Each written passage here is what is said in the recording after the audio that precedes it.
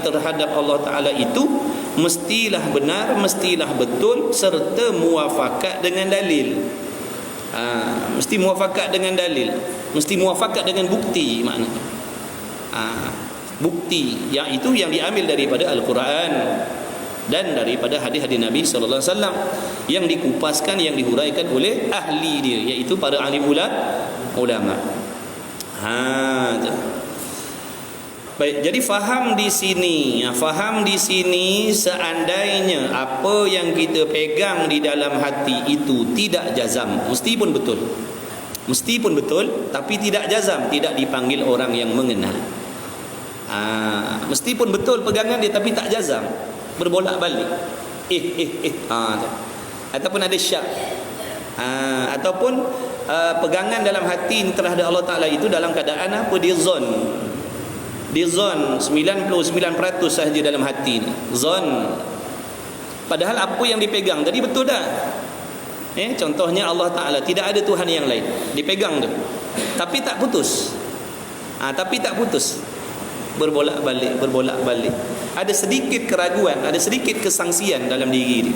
Walaupun apa yang dipegang tadi itu betul, muafakat dengan dalil, sama dengan bukti yang ada dalam Quran, dalam hadis dan apa yang telah diijma'kan oleh ulama, tapi dia tak jazam, zon sahaja, maka dia tidak dipanggil orang yang mengenal. Dia mesti jazam. Apa yang kita pegang tu, yang muafakat dengan dalil tu, syaratnya mesti jazam, yang putus. Tak boleh zon, tak boleh waham, tak boleh syak. Syak Allah Ta'ala mengetahui, makna dia tidak mengenal Allah. Syak Allah Ta'ala tidak serupa dengan segala sesuatu, maknanya dia tidak mengenal Allah. Walaupun dia mengetahui dalil. Laisa kamitslihi syai'un, dia kata Allah Ta'ala tu tak serupa dengan sesuatu. Allah Ta'ala tu tak serupa dengan sesuatu, ada dalil Qurannya. Tapi dalam hatinya itu berbolak-balik ataupun zon, berat sangka sahaja, bukan yakin. Maka dia tidak termasuk di dalam kata orang yang mengenal Allah, ataupun orang yang Allah Sayyidina Muhammad, orang yang makrifah kepada Allah. Jadi kena jazam, dan apa yang kita jazam itu mesti muafakat dengan dalil. Ataupun begini, dia ada pegangan yang jazam dalam hati, jazam dalam hati tapi tidak ada dalil. Pegangan dalam hatinya terhadap Allah ada tapi tidak ada dalil. Ataupun apa yang dipegang dalam hati tadi menyalahi dalil, tidak ada dalil, tak ada bukti pun yang mengatakan Allah Ta'ala itu Tuhan, tidak ada yang lain. Dia tak tahu bukti apa, semata-mata dia percaya saja, yakin. Yakin tidak ada Tuhan selain daripada Allah. Dia jazam tapi dia tak ada dalil. Itu masuknya taklid, orang yang muqallid. Dan yang mana muqallid itu ada pertikaian daripada ulama, tak masuk dalam kata orang yang mengenal Allah Ta'ala. Ataupun apa yang dipegang dengan apa yang dijazamkan dalam hati itu menyalahi dalil, menyalahi dengan apa yang ada di dalam Al-Quran dan hadis, maka tidak dinamakan orang yang mengenal Allah Ta'ala juga, tak dipanggil orang yang mengetahui. Maka makna jazam itu pegangan yang yakin. Maka keluarlah dengan jazam itu 3 perkara. Bila sebut jazam keluar 3 perkara, iaitu mana? Yang pertamanya syak. Pegangan kita terhadap Allah ataupun perkara yang termaktub di dalam rukun-rukun iman itu, percaya kepada Allah, Rasul, kitab, hari kiamat dan sebagainya, bukan yakin tapi syak. Apa maksud syak ni? Iaitu mendapat tiap-tiap daripada 2 taraf itu bersamaan. Makna membenarkan 50%, menidakkan pun 50%. Itu nama syak namanya. Syak. Dalam hatinya dia syak Allah Ta'ala, syak 50 kata ada Allah, 50 kata tak ada Allah. 50 kata Allah sempurna, 50 kata Allah tak sempurna. 50 dia mengatakan Allah Ta'ala itu sempurna, 50% dalam hati mengatakan Allah tu zalim, na'udzubillah. Maka tidak dipanggil orang yang beriman. Tak dipanggil orang yang mengenal Allah. Kalau betul dah dalilnya betul, tapi dia syak tadi tu. Syak dalam bab iman ni tak boleh syak, tak boleh ragu-ragu. Betul ke Allah tahu? Betul ke Allah tahu? Tu syak. Betul ke Allah tahu? Betul ke Allah tahu kita ada masalah? Betul ke Allah Ta'ala tahu kita susah? Betul ke Allah Ta'ala tahu kita sakit? Itu nama syak. Itu tidak dipanggil mengenal Allah. Bahkan itu boleh merosakkan iman dia, na'udzubillah. Dan yang keduanya zan. Zan ni banyak mengiyakan, sedikit menidakkan. 99% mengiyakan Allah Ta'ala mengetahui. Ada 1% mengatakan barangkali Allah tak tahu. Barangkali Allah tak tahu, barangkali Allah tak faham. Boleh jadi Allah tak faham. Nauzubillah min zalik. Walaupun tidak dituturkan, walaupun perkara itu tidak dituturkan, tapi itu yang menjadi akidah ni, pegangan dalam hati. Nauzubillah. Jadi jangan, sebab tu namanya ilmu akidah. Perkara makna ilmu yang nak menceritakan tentang pegangan dalam hati kita terhadap Allah. Yang dikatakan beriman kepada Allah tu beriman yang bagaimana? Ini yang nak diterangkan dalam ilmu usuluddin, ilmu tauhid. Kalau kata percaya, semua orang percaya, tapi kepercayaan yang mana satu? Yang sah, yang dituntut dalam rukun-rukun iman tu, nak membenarkan rukun-rukun iman tu. Percaya kepada Allah, Rasul, hari kiamat, kitab dan sebagainya, qada qadar. Percaya yang bagaimana? Percaya yang zon, tidak beriman. Percaya kepada Allah tapi zon. Percaya kepada Allah dalam bentuk syak, tak beriman lagi. Zon tu apa? Iaitu mendapat akan taraf yang rajah, yakni berat hatinya pada mengetahui dan ringan hatinya pada tiada mengetahui. Contohnya, berat hati membenarkan Allah Ta'ala itu ada sedikit di dalam hatinya, boleh jadi Tuhan tu tiada, boleh jadi, tapi sikitlah persen dia, 1%, 2%.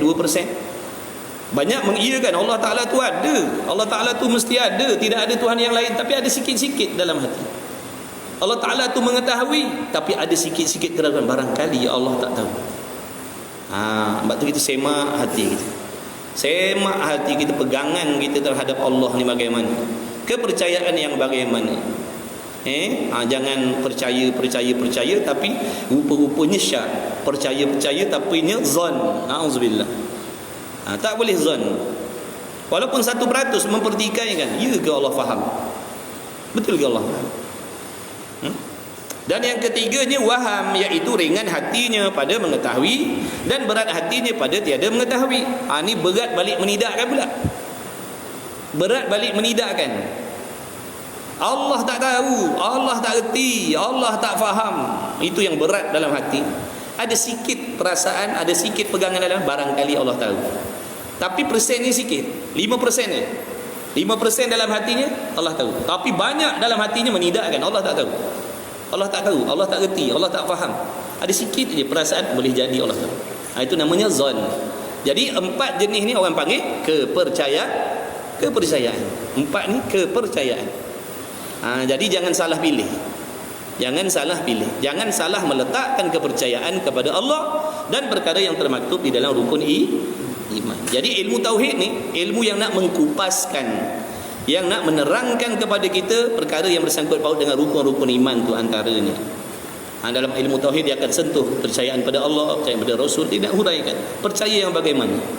Yang sah tadi. Kepercayaan yang bagaimana yang dikatakan beriman? Kepercayaan yang bagaimana yang dikatakan tidak beriman? Jadi kalau kita tak nak mendekatkan diri kita dengan ilmu tauhid ni, boleh jadi barangkali kepercayaan dalam hati kita terhadap Allah itu zon. Barangkali kepercayaan dalam hati kita terhadap Allah Ta'ala itu dalam bentuk syak. Barangkali kepercayaan dalam hati kita terhadap Allah Ta'ala itu dalam bentuk apa? Dalam bentuk Allah SWT waham. Boleh jadi. Jadi bila kita belajar macam ni, kita boleh tengok balik, semak balik. Selama ni aku percaya, aku meletakkan kepercayaan aku kepada Allah. Selama ni aku meletakkan kepercayaan aku terhadap Allah yang Allah Ta'ala tu mengetahui. Contohnya macam mana? Dia yakin Allah ada, tapi dia zon Allah mengetahui. Dia yakin Allah ada, dia yakin Allah ada, tak ada syak langsung tentang kewujudan Allah. Yakin ada Allah, tapi dia zan pada sifat Allah tu. Dia zan pada ilmu Allah. Dia yakin Allah ada, tapi dia zan ataupun dia waham ataupun dia syak pada ilmu Allah. Tak boleh. Kita yakin ada Allah, tapi pada ilmu Allah ni dia zan. Nauzubillah min zalik. Sebab tu kata beriman semuanya, segala perkara yang bersangkut paut dengan Allah tu mesti keimanannya dalam bentuk yakin. Yakin tentang kewujudan Allah, yakin tentang pengetahuan Allah, yakin tentang penglihatan Allah, yakin tentang ketunggalan Allah dan sebagainya. Mesti yakin. Tak boleh yang ni yakin, yang ni zon, yang tu syak, yang tu waham, tak boleh. Tak boleh. Dia kata, aku yakin ada Allah, yang cuma aku ragu betul ke Allah tahu semua. Dah. Na'udzubillah min zalik. Jangan gitu.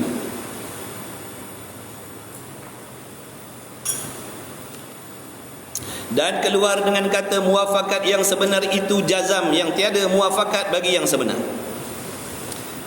Jazam tapi tak muafakat dengan yang sebenar pun tak boleh juga. Maka bahawasanya tiada dinamakan dia orang yang jazam tapi tidak muafakat dengan perkara yang sebenar tu, tidak dinamakan dia orang yang makrifah kepada Allah.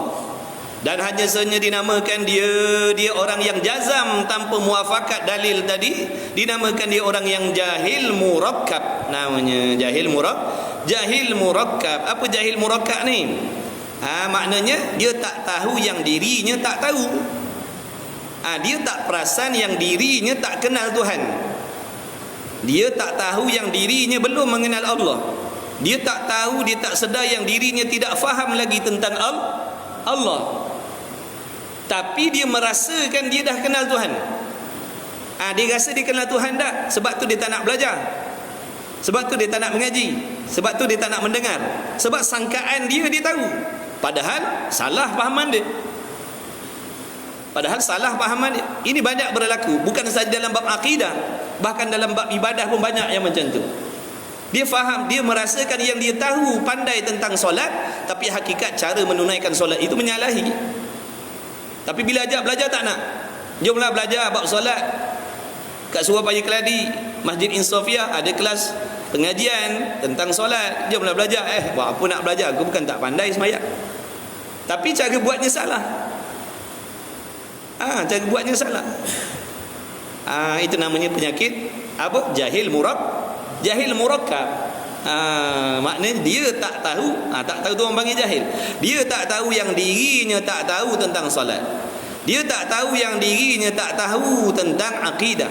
Dia tak tahu, dia tak sedar yang dirinya masih tak tahu tentang pahaman tentang perjalanan hati. Dia tak tahu maksiat hati apa, benda yang merosakkan amal apa, perkara yang merosakkan ibadah apa, dia tak tahu.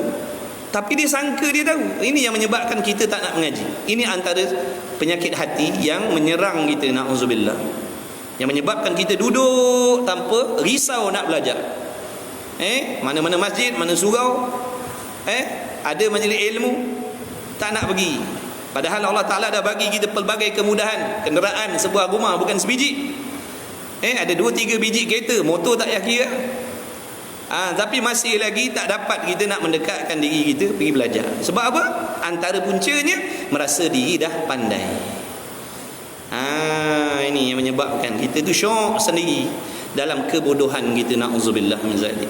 Perasan amalan kita dah banyak, perasan amalan kita dah banyak, perasan amalan kita dah betul, perasan amalan kita Allah dah terima, walhal pada hakikatnya tidak ada lagi satu amalan pun yang dah diterima oleh Allah, na'udzubillah min zalik. Nanti bila mati besok kita terkejut. Mati besok terkejut, ya Allah, mana bekalan amal aku? Aku buat macam-macam, sembahyang, tahajud, begini, begitu, sedekah, begini, begitu. Mana pahalanya? Mana kebajikan? Nak dapat macam mana? Cara buatnya salah. Nak jadi bekalan mati macam mana kalau cara buatnya salah, syaratnya salah, rukunnya salah, akidahnya salah, ikhlasnya salah. Ini yang Imam Ghazali maksudkan. Kita perasan kita dah banyak pahala, tapi sebenarnya banyak dosa sebenarnya. Bukan banyak pahala, banyak dosa. Oleh kerana kejahilan kita tadi, jahil murakkab tadi, yang menyebabkan kita ni perasan banyak amal dah. Padahal tak ada lagi amalan yang diterima.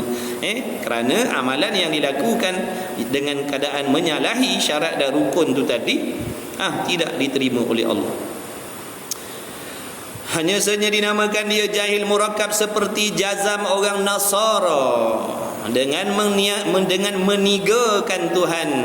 Yakni orang Nasrani mengatakan apa? Ini pegangan yang jazam di dalam hati orang Nasrani. Orang Nasrani dia pegang ini, dia jazam, semelihlah dia pun. Dia takkan ubah, sebab jazam putus dah dalam hatinya bahawasanya Allah Ta'ala ini Tuhan yang ketiga daripada Tuhan. Makna ada tiga Tuhan pada dia. Allah ni antara, Allah antara Tuhan daripada tiga Tuhan. Dia pegang macam tu, dia jazam macam tu, dia percaya macam tu. Dia kata Allah ni Tuhan yang ketiga daripada tiga Tuhan. Dia pegang macam tu. Tapi adakah dinamakan dia orang yang mengenal Allah? Tidak. Sebab apa?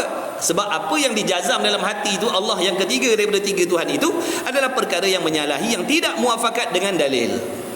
Tak muafakat dengan dalil. Dalam Quran tak ada sebut Allah tu nombor tiga, dalam hadis tak ada sebut Allah tu nombor tiga, tapi dia pegang begitu. Nampak tak? Jazam dia, yakin dia, jazam dia. Tapi dia tolak juga, tak dipanggil orang yang beriman. Sebab apa? Menyalahi apa? Menyalahi dalil, tidak muafakat. Yang sebenarnya Tuhan tu satu je, bukan dua, bukan tiga. Tidak berbilang-bilang. Tidak berbilang-bilang. Itu pegangan. Contoh dia nak bagi tahu sini, orang yang jazam tapi menyalahi dalil, tidak muafakat. Yakni berkata mereka itu orang Nasrani bahawasanya Allah Ta'ala itu salah seorang, yakni salah satu daripada tiga Tuhan. Dia percaya ada tiga Tuhan. Dan iaitu Allah ni bapa. Pegangan dia, Allah ni bapa Tuhan, bapa lah. Dan yang dua lagi itu anak. Na'udzubillah min zalik. Na'udzubillah min zalik. Moga Allah jauhkan kita daripada pegangan yang macam ni. Dia percaya mati-mati, dia pegang gitu. Mati-mati dia kata Tuhan tu ada tiga, ada bapa, ada anak. Ada bapa Tuhan, ada anak Tuhan. Na'udzubillah.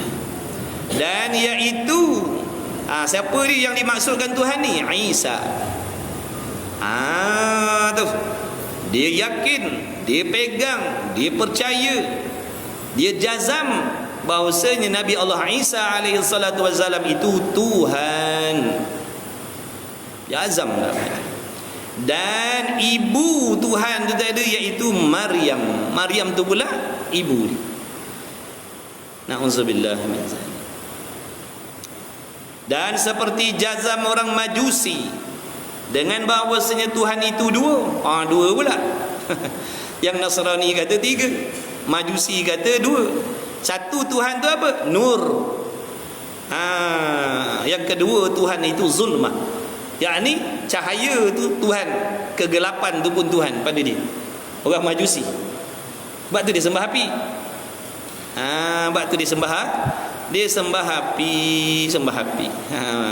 Maka nur itu Tuhan yang berbuat kebajikan, dan zulmah, kegelapan itu Tuhan yang berbuat kejahatan. Na'udzubillah min zalik.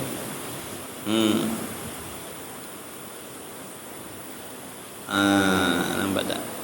Itu contoh-contoh pegangan yang sesat, yang mengkufurkan.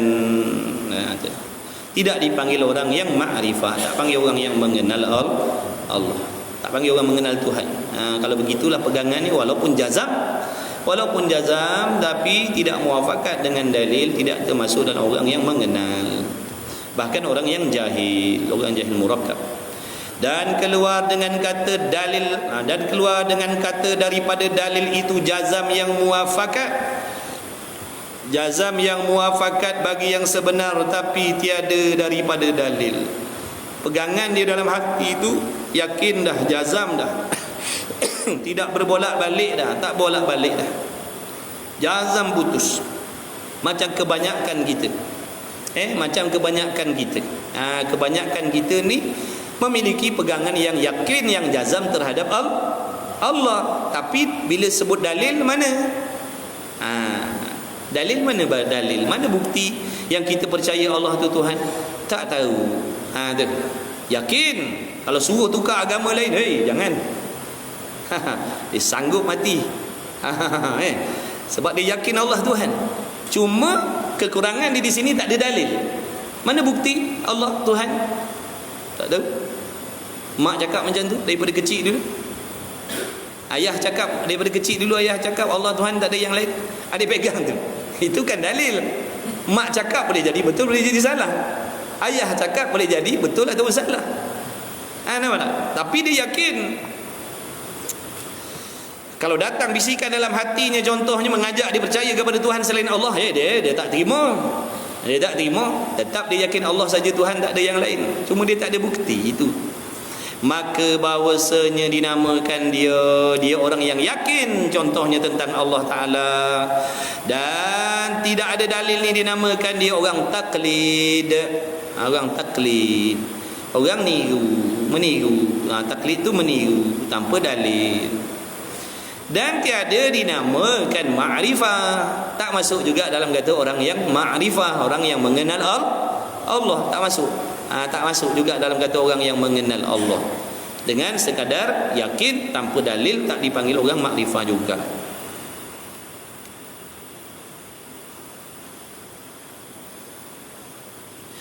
Dan tiada dinamakan ma'rifah dan tiada dinamakan ilmu. Makna orang ni tidak ada pengetahuan. Dia tidak dinamakan orang yang ada ilmu, orang yang ada pengetahuan. Dan dia tidak dinamakan orang yang ma'rifah, orang mengenal Allah. Dan orang yang bersifat dengan salah suatu daripada empat yang dahulu itu, pada suatu daripada aqaid yang lagi akan datang, maka iaitu kafir dengan ittifaq. Na'udzubillahi min zalik. Orang yang bersifat dengan salah satu daripada empat mana? Orang yang syak, orang yang zon, orang yang waham. Orang yang syak, orang yang zon, orang yang waham. Ataupun apa yang dijazam tadi itu tidak muafakat dengan dalil. Itu semuanya ittifaq ulama mengatakan orang kafir. Na'udzubillah. Walaupun dia orang Arab, walaupun dia orang Melayu. Yang nak menentukan kita beriman di sisi Allah bukan bangsa.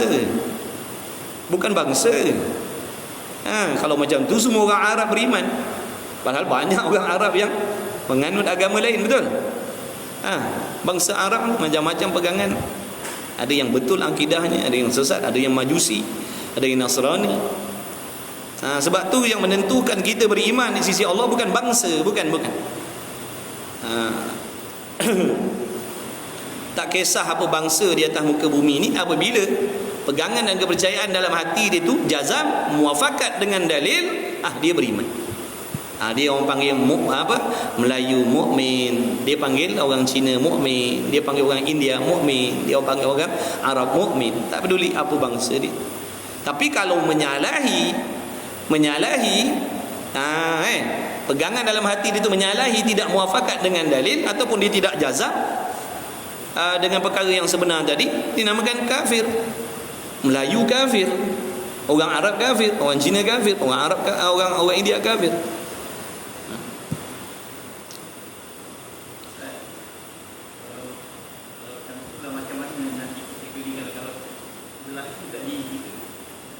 Maknanya salah satu daripada empat tadi tu. Bila dah belajar contohnya, bila dah belajar tersedar contohnya, yang seseorang tu tadi dia duduk dalam empat kategori tadi, maka wajiblah dia bertaubat, bersyahadah. Wajib dia bertaubat dengan sungguh-sungguh. Itu kesalahan kita. Kita kena bertanggungjawab dengan kesalahan kita. Di atas kecuaian kita menuntut ilmu fardu ain. Sebab itulah ilmu fardu ain ni ilmu yang tak boleh dilengah-lengahkan. Bila baligh saja seseorang, wajib dia memiliki iman yang betul dah. Bila baligh, contoh kalau lelaki malam ni dia tidur mimpi keluar mani, besok tu subuh tu dia wajib sembahyang dengan betul dah.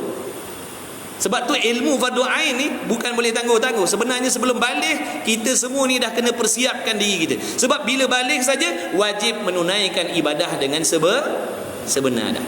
Tapi dah tak tahulah, dah jadi adat. Maknanya ilmu fardu ain ni kita tinggalkan. Kita kejar ilmu dunia dulu.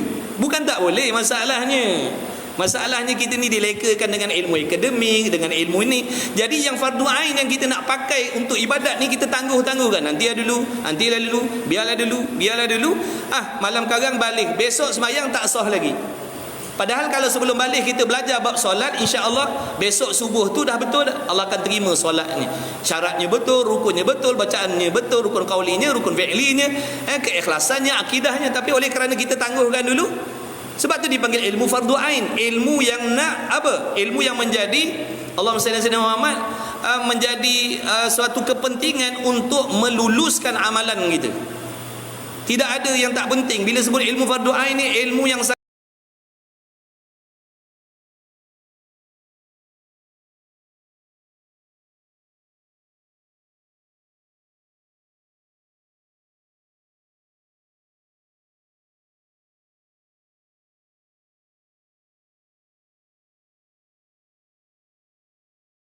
daripada hadas besar, betul tak? Kita tak nak belajar nanti, dulu belajar bab mandi wajib ni. Besok balik, sembahyanglah dalam keadaan hadas besar. Zuhur hadas besar, maghrib hadas besar, isyak hadas besar. Oi, banyak salah kita. Kita kena bertanggungjawab. Itu kesalahan kita, melengah-lengahkan ilmu yang wajib. Kita kena mengaku dengan Allah. Tapi jangan risau, jangan bimbang. Allah Maha Pengasih, Maha Penyayang, Maha Pengampun. Sebenarnya Allah nak didik kita. Itu sebenarnya ilmu yang sangat berguna untuk kita, nisbah kita ibu bapa. Maknanya jangan nanti keturunan kita melalui benda yang sama. Jadi bila yang antara hikmah Allah takdirkan kita ni lambat belajar, lambat mengaji. Bukankah itu semua aturan daripada Allah? Betul tak? Tidak ada yang berlaku baik buruk melainkan Allah yang tentukan. Baik, apa hikmah dia? Kalau kita fikirlah, kenapalah Allah takdirkan aku ni lambat belajar? Kenapalah umur dah macam ni baru Allah pilih aku belajar? Bukankah elok dulu lagi belajar? Itu kata kita. Itu sangkaan kita. Tapi Allah Ta'ala antara hikmah dia maha bijaksana dalam nak memberi pelajaran, pengajaran untuk kita. Ramai ibu bapa yang insaf. Apabila dia disedarkan dalam umur dia macam ni, diberi kesedaran oleh Allah, mulai daripada tu dia pastikan anak-anak dia tidak buat macam mana yang dibuat dulu. Mulai itu dia akan pastikan anak-anak dia yang belum balik sekarang ni tekan dengan agama, walaupun anak-anak dia belajar akademik. Maknanya ilmu agama fardu ain tak boleh tinggal. Kau jangan lalui seperti bapa lalui dulu. Makna pengajaran itu sangat memberi kesan dalam hidup dia, sehingga berpunca daripada dia akan lahir anak-anak yang tidak membelakangkan agama. Itu hikmah dia.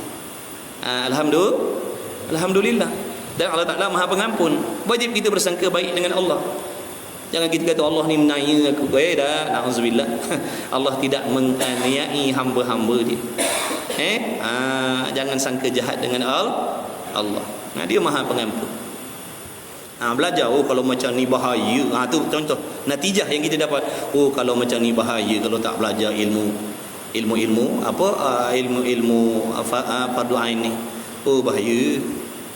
Aku tak nak anak-anak aku besok jadi macam ni. Maka akan ada tindakan insya-Allah untuk mendidik anak-anak dengan agama. Itu hikmah dia. Jadi bertaubat kepada Allah sungguh-sungguh dan bersangka baik dengan Allah. Jangan risau, dia maha baik. Dia maha baik. Maha baik. Sebab tu kena kenal Allah Ta'ala tu, barulah kita tak liar daripada dia. Kalau kita tak kenal Tuhan, nanti kita liar menjauhkan diri daripada Allah. Jangan. Ini pelajaran yang sangat penting, yang sangat berguna Allah Ta'ala bagi kepada kita, ibu bapa yang dalam usia macam ni baru belajar. Alhamdulillah, jangan kata ini suatu bala, dah ini suatu hikmah besar Allah Ta'ala bagi kita. Barangkali kalau tak berlaku benda macam ni, boleh jadi kita akan mengambil sikap remeh-temeh. Dan orang yang bersifat dengan salah suatu daripada yang empat dahulu itu pada suatu daripada aqid yang lagi akan datang, maka iaitu kafir. Na'udzubillah. Sepakat ulama. Dan murad. Apa murad? Murad ni bukan nama orang. Murad ada orang nama Murad. Murad ni yang dikehendaki. Yang dikehendaki dengan empat yang dahulu itu mana? Syak tadi tu. Yang empat tadi tu. Yang dikehendaki dengan empat yang dahulu itu mana? Iaitu syak tadi 50-50. Kita panggil waswas bukan waswas. Kita jangan waswas mayang. Waswas tu panggilan, gelaran, bisikan syaitan, namanya waswas. Dalam hati kita nak berdengki dengan orang, itu waswas syaitan. Dalam hati kita tak nak belajar agama, itu waswas syaitan. Kita faham waswas ni ragu-ragu. Salah, terbalik. Was-was tu namanya bisikan syaitan dalam hati. Apa yang setan kempen dalam hati kita tu, ajak buat maksiat ataupun mengajak kita buat baik tetapi ada perangkap yang dipasang, itu namanya was-was. Yang kata 50-50 tu syak. Iklan sabun, gunakan tanpa was-was. Kalau nak diuraikan, gunakan sabun ini tanpa ada bisikan syaitan. Gunakan sabun ni tanpa syak. Tanpa syak. Jangan ragu-ragu dah. Was-was. Kita pun dulu faham macam tu. Was-was ni makna 50-50 bukan. 50-50 tu syak nama ni. Bisikan syaitan dalam hati namanya was-was. Dan murad yang dikenaki dengan 4 yang dahulu itu, iaitu syak. Jadi jangan syak tentang Allah. Jangan syak dengan Allah. Jangan syak dengan Allah. Jangan syak dengan salah satu daripada sifat-sifat yang wajib yang telah diijma'kan oleh ulama yang mesti ada pada Allah. Bukankah kita dah belajar dalam kitab yang dulu-dulu lah, kalau kita beriman secara umum, Allah Ta'ala bersifat dengan segala sifat kesempurnaan. Tapi yang dituntut sebab atas jalan fardu ain, di sisi akidah kita ahli sunnah wal jamaah, ada 2. Sama ada 20 sifat ataupun 13 sifat ni, kita mesti faham secara terperinci satu persatu. Baik. 20 sifat daripada wujud sampailah sifat kalam, kaunuhu ta'ala mutakalliman. Jadi ada 20. Maka jangan ada syak walau dengan salah satu daripada 20 tadi. Jangan syak. Contohnya dalam banyak-banyak sifat Allah tu yang dia syak, yang dia zan, yang dia waham tentang, contoh tentang penglihatan Allah. Betul ke Allah Ta'ala tu melihat segala-galanya? Yang lain dia terima, yang lain dia percaya, yang lain dia jazam. Cuma dia syak pada penglihatan. Tu sifat penglihatan Allah. Betul ke Allah Ta'ala tu melihat segala-galanya? Yang lain dia okey. Satu tu. Maka namanya tidak beriman. Jangan. Satu pun tak boleh. Meragui tentang sifat-sifat kesempurnaan Allah tu yang dah diijma' oleh ulama. Jangan. Jangan. Bahkan salah satu daripada sekalian sifat kesempurnaan. Betul ke Allah Ta'ala tu pengasih? Betul ke Allah Ta'ala tu pengampun? Jangan. Sebab pengasih pengampun tu sifat Jangan syak. Jangan syak. Dan zon. Jangan zon maknanya berat hati, berat sangka lah. Zon, berat sangka. Maknanya aku percaya Allah Ta'ala tu tahu, tapi ada tapi. Allah Ta'ala tu tahu segala-galanya, tapi ada tapi. Mana boleh tapi-tapi? Dalam bab akidah mana boleh tapi-tapi? Tak boleh tapi. Kena terima semua. Yakin Allah tahu apa saja yang sampai kepada kita. Yakin sebelum kewujudan kita lagi, sebelum adanya alam ini, Allah Ta'ala dah tahu segala-galanya tentang diri kita, tentang rumah tangga kita, tentang rezeki kita, tentang umur kita. Sedia kali lagi. Sebab tu orang yang makrifah kepada Allah, dia tak ada risau. Orang yang benar-benar lah, bukan sahaja kefahaman, bahkan benda tu dah dapat diambil manfaat. Kefahaman dia tentang Allah tu dah memberi faedah pada diri dia. Sebab dia tak risau. Datanglah apa masalah, dia tak risau pun. Sedikit pun tak ada risau dalam hati. Hasil daripada pengenalan yang dah dapat diambil faedah tadi. Dia tenang, dia tahu. Dia yakin yang Allah dah tahu masalah dia tu sebelum kewujudan dia lagi. Sebelum kewujudan dia. Kalau rumah tangga Allah dah tahu dah. Apa yang akan berlaku dalam rumah tangga dia. Berapa banyak belanja yang dia nak pakai. Apa masalah yang akan dilalui. Dia yakin Allah dah tahu segala-galanya, sedia kali lagi Allah dah tahu. Dan Allah Ta'ala yang mengetahui tentang masalah hidup dia tadi pula bersifat dengan Maha Pengasih, Maha Penyayang. Adakah Allah akan biarkan dia? Adakah Allah akan biarkan? Kalau kita ada kawan baik pun, kawan baik kaya, dia tahu kita susah pasti dia tolong. Itu manusia, betul tak? Kasih sayang Allah dengan manusia sama ke? Tak sama. Maka adakah Allah akan membiarkan hamba dia yang macam tu? Tak. Sebab tu menjadikan mereka tu tadi tenang, setenang-tenang, sebab yakin itu. Sebab tu daripada mengenal Allah Ta'ala tadi tu dalam bentuk teori, akan menjadikan dia, kalau Allah bagi dia faedah, manfaat, akan menjadikan dia orang yang takut kepada Allah, orang yang takut kepada Allah, orang yang malu kepada Allah, orang yang risau tentang Allah, yang bimbang terhadap Allah dan sebagainya. Dia akan menjadikan dia hamba yang taat zahir dan batin. Merungut, jangan kata di lidah, di hatinya pun takut nak merungut, sebab dia yakin Allah Ta'ala tahu kalau ada rungutan di dalam hati. Sampai macam tu dia jaga semua. Nak merungut jangan kata di lidah, di hati pun tak ada rungutan. Sebab apa tu? Kenal.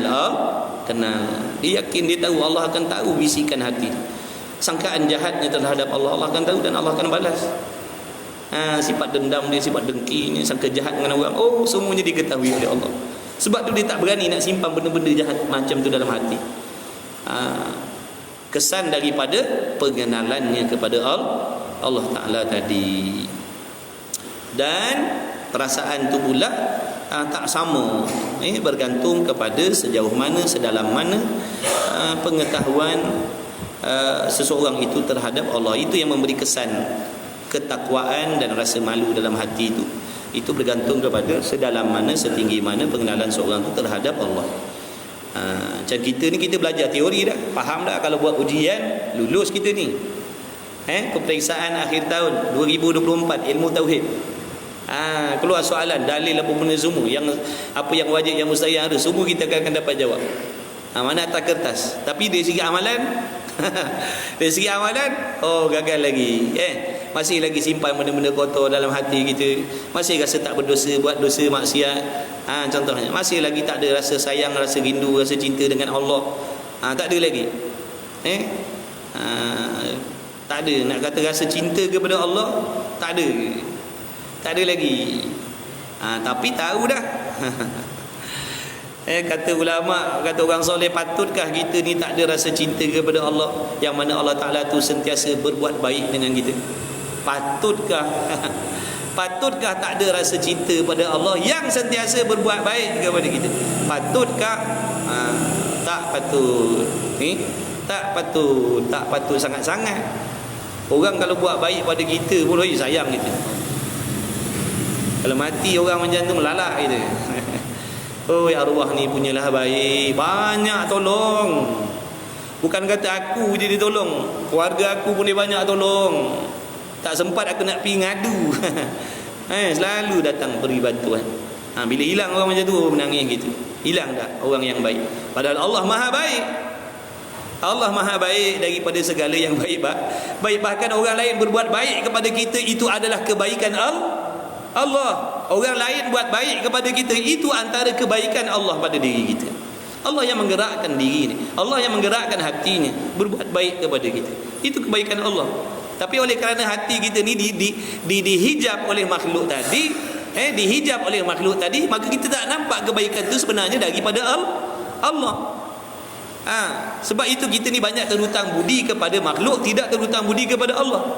Sebab pandangan kita terhenti dekat makhluk tadi. Orang tolong kita, kita nampak setakat orang tu lah. Kalau isteri, dia nampak kebaikan suami, dia tak nampak kebaikan Allah pada diri dia. Kalau suami dapat isteri yang baik, dia nampak kebaikan isteri, dia tak nampak kebaikan Allah yang menggerakkan isteri ini menjadi isteri yang baik kepada dia. Sebab pandangan hati kita tadi itu dihijab oleh makhluk. Kita nampak makhluk tu yang berbuat baik. Tak tembus pandangan hati kita tu kepada Allah yang menjadikan perkara itu. Allah yang menghendaki perkara itu. Jadi apabila ada orang buat baik kepada kita, itu hakikatnya Allah yang sedang berbuat baik. Kita tengah sakit, orang suapkan bubur kat mulut kita. Tengah sakit, tengah demam, orang suapkan bubur kita. Allah jaga kita. Itu kebaikan Allah. Kebaikan Allah. Kebaikan Allah. Daripada kita kecil dulu, mak ayah kita jaga begini begitu, itu kebaikan Allah. Tapi kita tak nampak kebaikan Allah pada diri kita.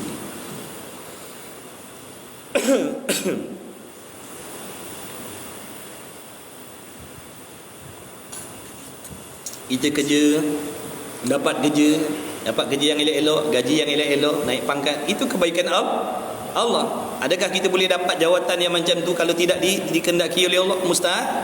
Mustahil. Tu. Kita boleh duduk dalam majlis ilmu, ini kebaikan Allah.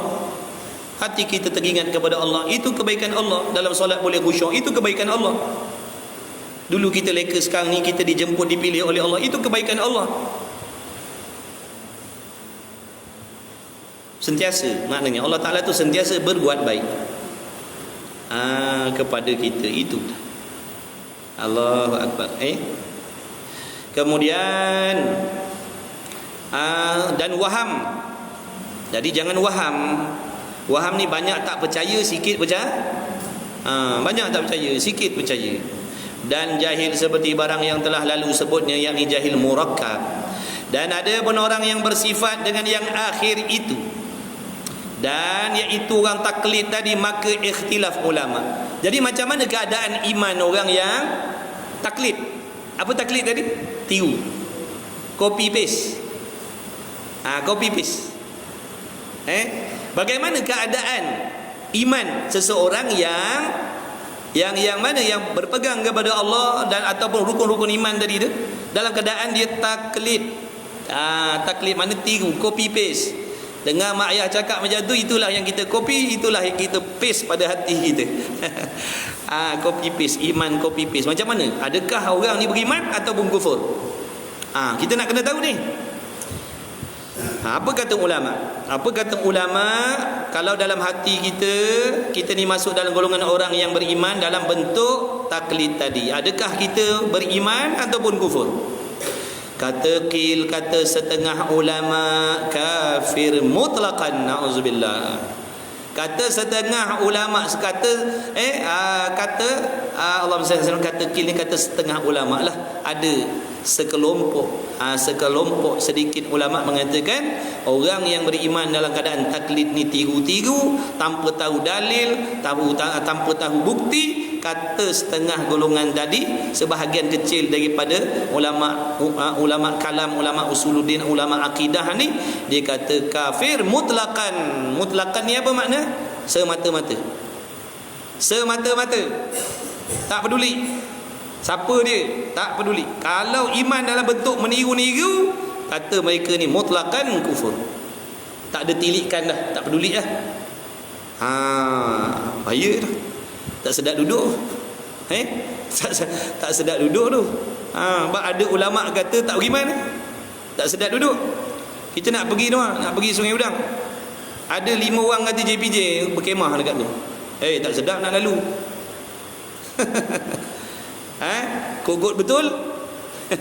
Kalaulah yang 5 orang kata ada JPJ berkemah itu tadi, nanya. Sangkut kita. Nampak tak? Tapi ramai yang kata tak ada. 15 20 orang kata tak ada. Ada 5 orang kata ada JPJ pasang kemah itu. Umur ditahan, tak peduli. Macam mana kita yang nak lalu situ? Seronok tak? Rasa tenang ke? Rasa macam resah gelisah nak lalu situ? Resah gelisah kita. Kod-kod betul yang 5 orang tadi?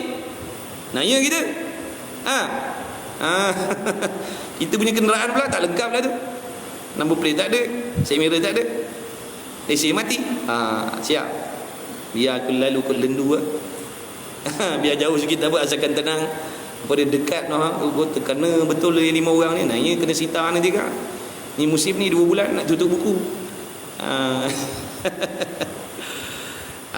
Tu makna. Jadi tak seronok juga. Sebab ada ulama kata yang jenis niru-niru ni tak sah iman. Jadi tak seronok. Selamatkan diri kita, keluarkan diri kita daripada golongan taklid ni. Itu sebabnya kita ni diajak belajar mengaji ni, supaya nak mengeluarkan diri kita yang beriman secara taklid selama ni kepada orang yang beriman dengan dalil. Dengan dalil. Kata bawahnya kafir mutlaqan, yakni sama ada ia ahli bagi nazar. Apa maksud ahli bagi nazar? Ahli bagi nazar makna sama ada dia tu orang yang boleh fikir, kalau dia belajar dia boleh faham. Itu ahli nazar. Mana kalau dia belajar ulang-ulang dia boleh gerti. Daripada tak gerti, dengan sebab dia belajar ulang-ulang dia boleh jadi faham. Itu namanya ahli nazar. Jadi kata qil ni tak peduli dia ahli nazar, bukan ahli nazar, tak peduli. Kalau beriman dengan taklid, kufur. Tak peduli dia ahli nazar tak ahli nazar. Tak peduli dia orang waras ataupun ada kurang sikit. Dia orang lembab contohnya lah. Auzubillah. Contoh dia berakal tapi payah sangat nak faham. Mana kalau belajar memang payah nak dapat lah contohnya. Itu dia bukan ahli nazar. Dia bukan ahli nazar. Belajar benda mudah pun dia tak boleh nak faham. Itu bukan ahli nazar. Ahli nazar ni kalau dia belajar ulang-ulang dia boleh gerti benda tu. Itu ahli nazar. Orang yang boleh tahu, orang yang boleh jadi pandai, orang yang boleh jadi faham bila dia belajar bersungguh-sungguh. Sebaliknya yang bukan ahli nazar macam mana? Belajarlah macam mana pun payah dia nak faham. Itu bukan ahli nazar. Kata qil ni tak peduli dia ahli nazar ke bukan ahli nazar ke, kafir mutlaqan. Yakni sama ada ia tu ahli bagi nazar ataupun tiada, iaitu qaul dhaif. Perkataan ulama ni dhaif, lemah. Perkataan ulama yang mengatakan tak peduli ahli nazar tak ahli nazar, kalau dia beriman dalam keadaan taklid tak peduli, kafir. Ini pendapat ulama yang dhaif, yang dhaif. Qaul iaitu mana? Qaul Abu Hashim Jubbai daripada Mu'tazilah. Ulama yang mengatakan begini tadi Mu'tazilah, bukan ahli sunnah wal jamaah, bukan. Dia golongan Mu'tazilah. Dan kata qil pula, kata setengah ulama yang lain pula, dia dalam tauhid ni dia ada khilaf. Fiqh pun ada khilaf, tajwid pun ada khilaf, nahwu sharaf pun ada khilaf. Ni khilaf ulama. Dan kata qil bahawasanya mukmin, mujur ada ulama kata beriman juga. Mujur ada ulama kata orang yang meniru-niru dalam bab akidah ni beriman. Ada ulama yang kata gitu, walaupun dia meniru tapi katanya mukmin, orang beriman. Yang derhaka mutlaqan, dia adalah orang yang beriman tapi berdosa, beriman tapi pendosa. Kenapa pula beriman? Beriman kerana pegangan dalam hati dia tadi, walaupun dia meniru betul, walaupun dia meniru jazam, walaupun dia tiru nenek moyang dia, walaupun dia meniru mak ayah dia, tapi jazam, tidak berbolak-balik, tidak syak, tidak zon. Walaupun kalau tanya dalil, mana dalil, dia tak tahu. Dah mak ayah aku dulu kata Allah Tuhan tak ada yang lain, Allah tak serupa dengan segala sesuatu. Memang itulah yang dia pegang.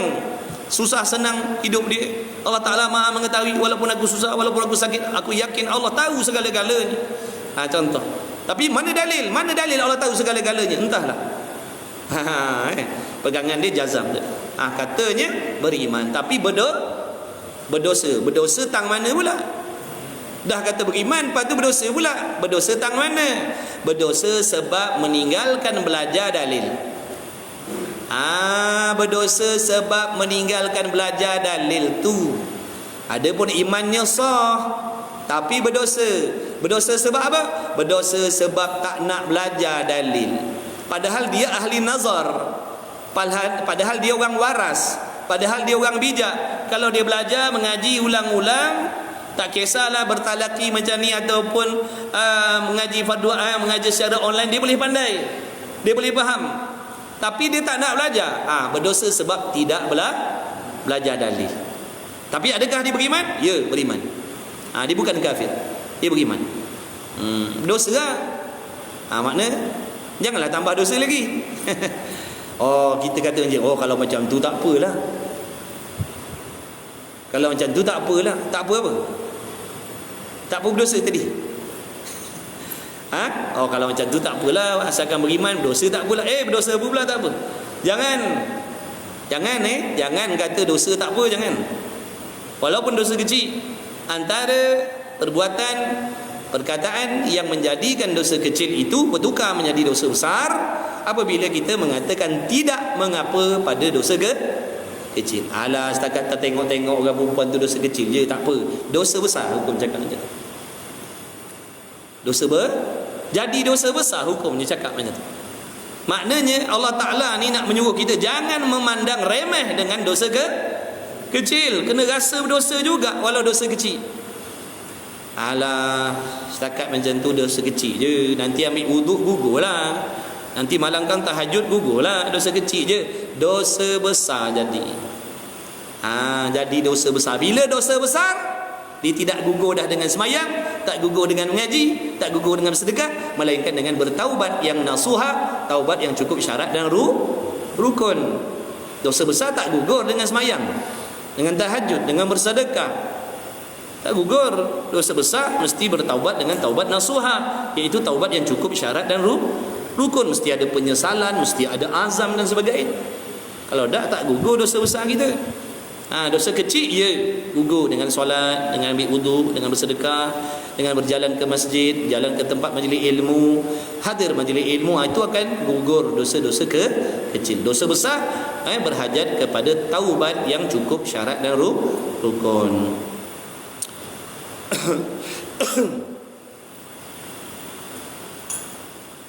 Dan kata kil bahawasanya mukmin yang derhaka mutlakan, dan kata kil, kata setengah ulama yang lain pula bahawasanya mukmin yang tiada derhaka mutlakan. Ada juga ulama yang mengatakan dia itu orang beriman yang tidak berdosa. Tapi kata tu guru kita, janganlah duduk dalam keadaan begitu, sebab ada macam-macam pandangan ulama. Makna tak seronok, tak selesa. Andai kata betul yang mengatakan tak beriman, faham tak? Andai kata di sisi Allah benar perkataan orang yang mengatakan tak beriman tadi, tak naya kita.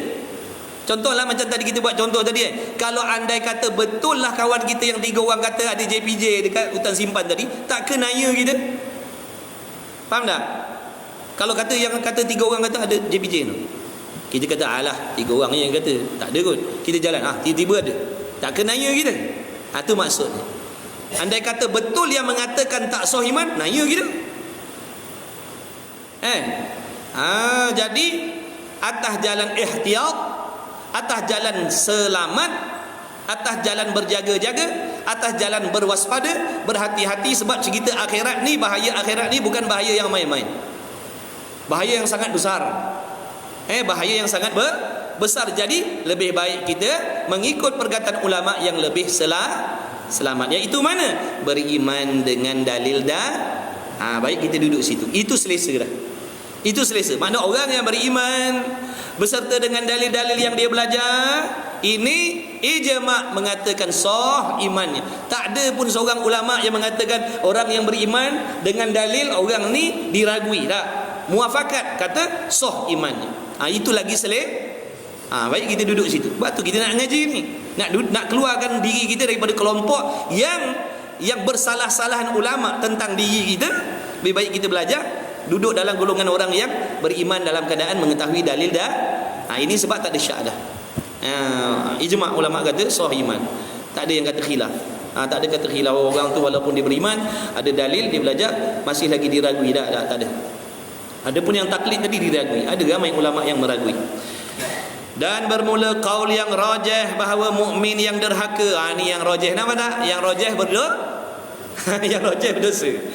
Kaul yang rajihnya berdosa meskipun beriman, berdosa jikalau ada ia kuasa atas dalil. Maknanya kalau dia tu ahli nazar.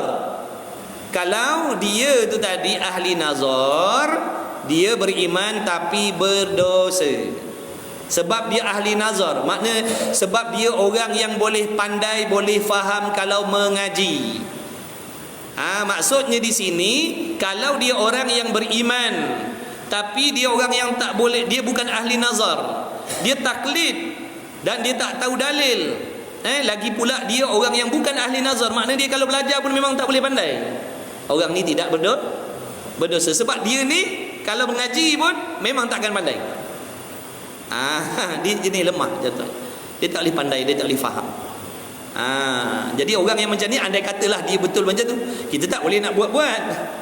Kita nak buat-buat, aku ni orang yang aku ni orang tak boleh reti ni, kalau mengaji ni aku tak boleh pandai. Padahal tak belajar lagi. Awal-awal dia dah mengatakan saya lah tu. Saya lah tu. Sebab itulah saya tak belajar. Sebab saya duduk dalam golongan ni. Saya kalau belajar pun memang takkan pandai. Mana kau tahu? Ngaji pun tidak, cuba pun tidak, usaha pun tidak, tiba-tiba nak menjatuhkan hukum, aku ni kalau ngaji tauhid ni memang tak boleh pandai. Dah mengaji belum? Belum. Itu alasan. Tak boleh lari. Allah tahu helah kita. Allah tahu kita pandai kira duit.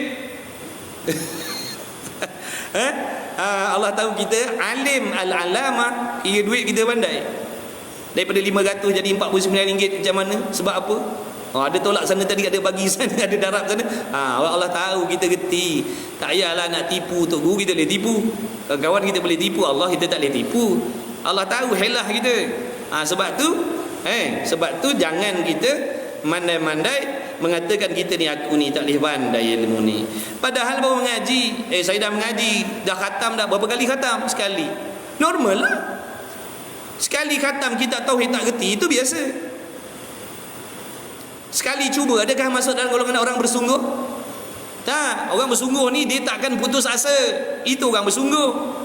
Tak dapat hari ni, besok dia cuba lagi. Tak dapat besok, lusa dia cuba lagi. Itu orang bersungguh. Kalau sekali, 2, 3 kali, 4 kali, lepas tu tarik diri, itu bukan bersungguh. Maknanya kesungguhan kita ni pun nanti akan dihisap oleh Allah. Maknanya sebab tu ada taksir. Tahu tak taksir? Pernah dengar tak perkataan taksir? Taksir ni orang yang cuai, orang yang ambil sifat lebih kurang. Padahal dia kalau bersungguh-sungguh dia boleh dapat, tapi dia taksir. Baru buat sekali dua, baru ngaji 2-3 kali, dah tarik diri. Itu taksir. Dia bersungguh ni orang tak putus asa. Jatuh bangun, jatuh bangun, jatuh bangun, jatuh bangun sampai mati. Itu orang bersungguh. Kita baru ngaji sekali dua, dah tarik diri. Susahlah. Susahlah, itu namanya taksir. Jangan kita ingat dulu kita pernah belajar 2-3 kali, lepas tu kita berhenti. Sekarang ni kita tak mengaji dah, kita selamat daripada dosa dah. Allah tahu kita tidak bersungguh. Samalah kita nak meninggalkan diri kita daripada dosa maksiat. Kadang-kadang kita ni tak boleh nak tinggalkan dosa itu sebab taksir kita tak bersungguh. Kita tak bersungguh nak meninggalkan maksiat tu. Kita tak usaha pun. Pantang terlintas, turutkan. Pantang terlintas, turutkan. Itu tak bersungguh. Orang bersungguh ni orang yang bermujahadah, orang yang berlawan, orang yang berperang. Allah tengok usaha dia, Allah pandang usaha dia, jatuh bangun, harap pada Allah. Itu orang bersungguh. Kita tak bersungguh. Allah tahu kita tak bersungguh, kita tak boleh lari. Besok Allah akan tanya, kenapa dalam bab dunia kita bersungguh-sungguh, dalam cari harta kekayaan kita tak pernah mengalah, dalam belajar, dalam mencari benda-benda dunia kita tak mengalah. Kita bersungguh-sungguh, jatuh bangun, tak putus asa. Kenapa dalam bab ilmu, dalam bab amal kita tidak bersungguh? Besok Allah tanya kita, macam mana kita nak jawab? Tak boleh lari. Maka ngaji je lah kita ni, ngaji lah. Jadi atas dalil yang seperti mana tadi Allah, dan bermula qaul yang rajih bahawasanya ia mukmin yang derhaka jikalau ada ia kuasa atas dalil. Kebiasaannya kita ni semua tahu ni, kalau belajar sungguh-sungguh boleh pandai. Banyak bukti dah.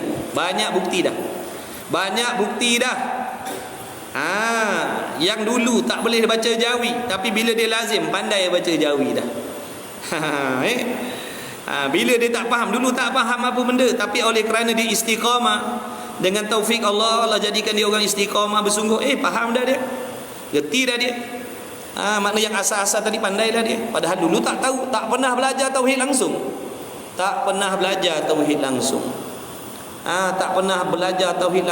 Banyak terbukti dah, ramai yang boleh pandai, ramai yang boleh gerti. Tapi dia berusaha bersungguh-sungguh, istiqamah mengaji, ada kitab, buat catatan, tertinggal ulang kaji. Itu bersungguh. Kalau setahun sekali, sebulan sekali, itu tak bersungguh lagi. Dia tertinggal, kelas malam tadi kelas apa saya tertinggal lah, ada rakaman tak, saya nak ulang balik. Dengar. Itu bersungguh. Jikalau ada ia kuasa atas dalil seperti yang cerdik, dan mukmin yang tiada derhaka jikalau tiada ada ia kuasa atasnya seperti orang yang bodoh. Mana orang yang lembab lah, orang yang lemah. Orang yang bodoh mana lemah. Dia tak berdosa. Walaupun dia tak tahu dalil, dia tidak berdosa kerana dia ni kalau belajar pun bersungguh pun memang takkan faham. Maka dia tidak berdosa. Bermula khilaf ini dibinakan atas khilaf pada nazar. Khilaf pada nazar tadi, maka kata qil bahawasanya wajib akan sebagai wajib usul mutlaqan.